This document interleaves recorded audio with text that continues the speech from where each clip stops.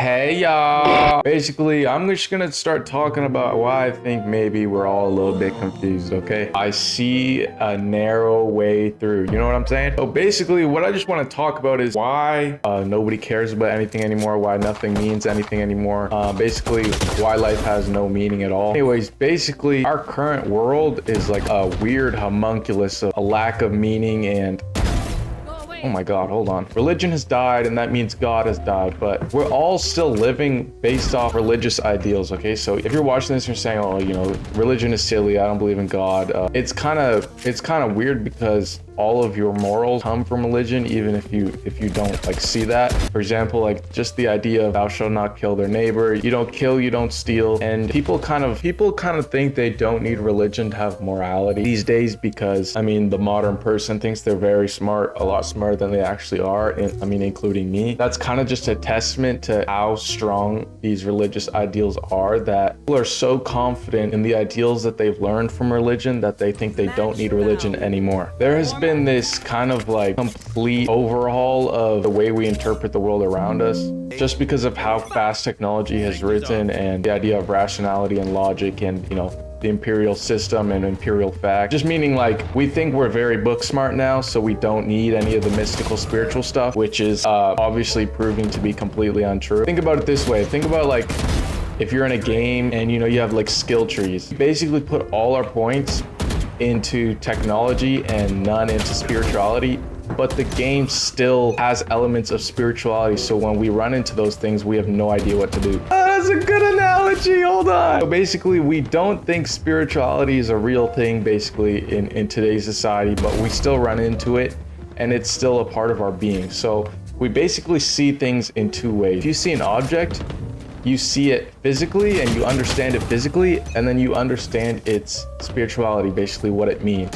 So if I see a cool car, you know, I first am kind of struck by how cool the car is, thinking about the meaning of the car. So I'm thinking, wow, that's a cool car. That's something that is rare. That is something that people value. That is something that, you know, I can't have at this moment.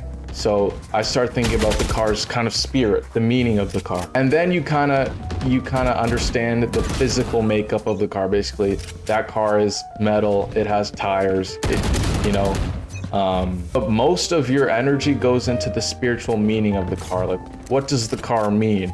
The car means that person is rich. The car means that person can drive around fast. The car means all these things, but basically the spirit of the car. We kind of comprehend both of these things. Oh, hold on. Without the religious or spiritual language to kind of understand half of the world that we experience, we're kind of left a little bit confused. Don't really know where to go from there. Hold up, I'm nice. So basically, like, people who are struggling or people who would be considered lost spiritually, basically no longer even recognize the meaning of things. They only recognize the material worth of things or the objectivity, so just that it is an object. Also, the reason why people don't believe in religion, the reason why people don't really God damn, I can't fucking focus. The reason why people don't believe in religion anymore is basically because the spiritual sciences, or like humanities, like the arts and stuff, are way behind science. Science in the sense of like technology and logic. We've put all of our skill stats into science and technology. So now we think that, you know, mysticism, you know, mythology, spiritualism, and religion are just silly and we don't need them because, you know, a tank that can blow up a building or a nuke that can blow up a city. So what would you need to believe in anything for? We have air conditioning, we have Uber, we have Uber Eats. We think we're gods, but we're missing half the picture. The problem with that is that we're human and half of our experience will always be spiritual and half of our experience will always be steeped in meaning and in religion. That's just kind of how we are as creatures. I don't know why that is. I mean, I'm not smart enough. Maybe there's an answer to that I haven't found yet, but it just is the way that it is. But we're so deep in this addiction to technology and comfort that we basically completely shut off our spiritual side. I think that's why like most of the world is miserable right now, and I think that's why a lot of evil things are happening in the world right now, and it's really unfortunate. But I think knowing these things kind of gives you a sense of hope and a sense of light, because this is half of our psyche, this is half of who we are, this religious spiritual side, and we have forgotten about it, you know, with the Industrial Revolution and all the comforts that we've been able to, you know, give ourselves. But I think that the worse it gets, and it's pretty bad right now, the more people will try and find an answer to all this suffering and, you know, rediscover this religious spiritual side and rebuild it in a way that actually fits the modern world. I mean, for my entire life, I've discredited the Bible and religion just because they're fantastical stories that make no sense. And basically the way I thought of it was, well, these religions are obviously just stories made up by people who were scared, and they make no sense, and they were written in a time without technology, so they were all crazy and they didn't know what was actually going on. To be honest, this is like an extremely ignorant way to look at things. These texts come from ancient civilizations who are much older than, you know, our current Western civilization, that lasted much longer than our current Western civilization, and that created these wonders of the world that are beautiful and impact us even to this day. But kind of just to discredit them because they talked about things in a different way than we do is kind of disrespectful and pretty dishonest, I think. So when you think of like religious stories like the resurrection or the Noah's Ark, and you're like, well, this doesn't make sense, this couldn't have happened, this is just mumbo jumbo. You have to think about it. You have to exit your current way of looking at the world.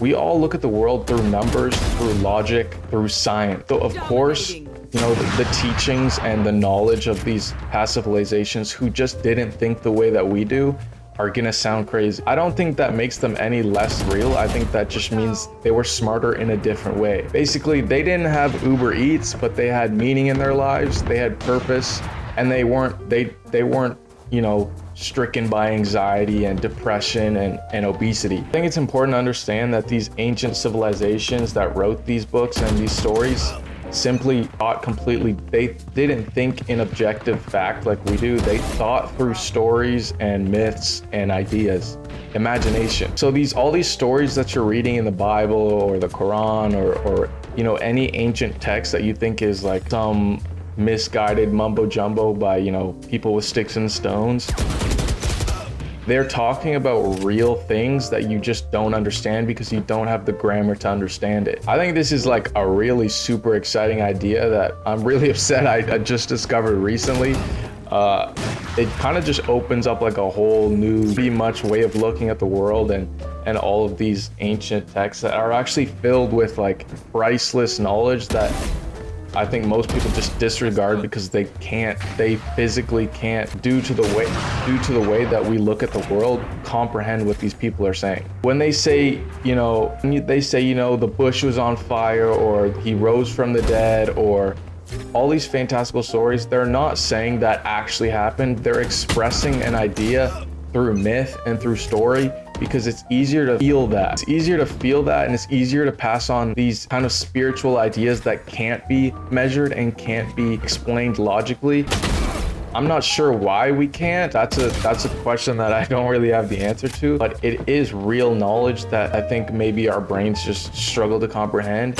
And so we've used myth, we've used religion, we've used stories to express these spiritual ideas in a way that other people can understand.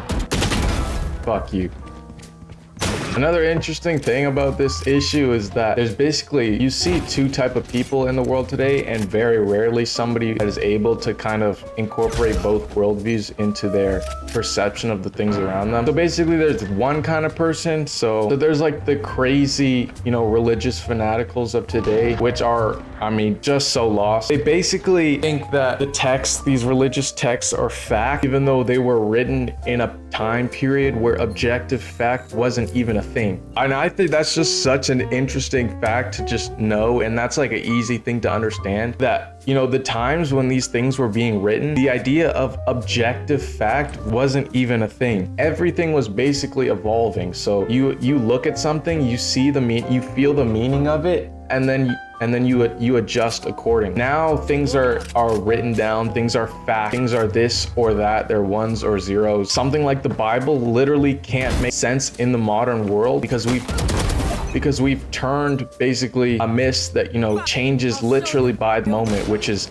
meaning and spiritual energy, into a concrete text, basically a set of rules, when it was never a set of rules. It was kind of just a set of tools to navigate through the unpredictability of life. The other person is basically the person that completely rejects religion, believes that science is God pretty much, and that science will lead them to complete truth, or that science already is complete truth. The problem with these people pretty much is that they can't see that there's kind of like this incomprehensible gap. And this is kind of an idea that I don't fully grasp, but I think a good way of framing it in my head is thinking about the great, you know, scientists or discoverers of the world. So people like Einstein, people like, maybe not Einstein, he's a bit modern, but people like Newton, people like Da Vinci. These people weren't scientists in the way that I think people usually perceive them as. Like, people think these people were like in like libraries studying to discover what gravity is, but these are just men that were deeply religious in a different way than religion is now. And these things kind of just came to them, which I think is a deeply spiritual idea and concept. So basically these people, like Newton was just, I forget what the story is, whatever, apple in the tree. This guy was just sitting there. He saw something completely mundane, and this spark of intelligence he just received it. People call this thing like divine energy, or like a gift from God. I don't really know what I would call it, but it is completely incomprehensible, and it's not something that can be measured by science. That's the problem. Scientists today use the scientific method pretty much, so there's no room for a spiritual idea to enter their brain because their brain isn't prepared to receive spiritual energy. I know this sounds kooky. But maybe spiritual is the wrong word. Spiritual is a scary word for some people. I get that. But let's just say ideas. Their brain isn't prepared to receive subjective ideas from their subconscious. So people who are too scientific basically are too far on the scientific spectrum to receive these ideas that come from a place that we can't quite comprehend, you know, the subconscious or the divine realm, whatever you want to call it. It's something that we don't quite understand and we can't quite measure. But if you're too obsessed with science and measurement and empirical fact, you're closing the door to these ideas. And both these examples, by the way, are modern people. So these are people that both these people are thinking empirically, are thinking through objective fact. That's why the other person, the person who's religious, thinks the Bible is literal and thinks that everything in the Bible is a set of rules when it never was. So basically, if you're depressed, yeah, I've just been rambling. I don't even know what my point is. If you're depressed or anxious, it's because you're going through the world one eye open. Basically, I think that's what people mean by their third eye, but I mean, I don't know. I think those people are a little kooky still, but I think they might be saying the same thing I'm trying to say right now. You're going through the world basically half blind. You're going through the world as a place that things happen. That's why people think, you know, they have no control. Their life is just a consequence of the surroundings, which in many ways it is, but it's a very nihilistic way to go through the world. Yeah, then obviously nothing means anything because your capacity to understand meaning and express meaning is completely undeveloped. So how do you fix this? I don't know. I think learn an instrument, read anything, exercise, move your body,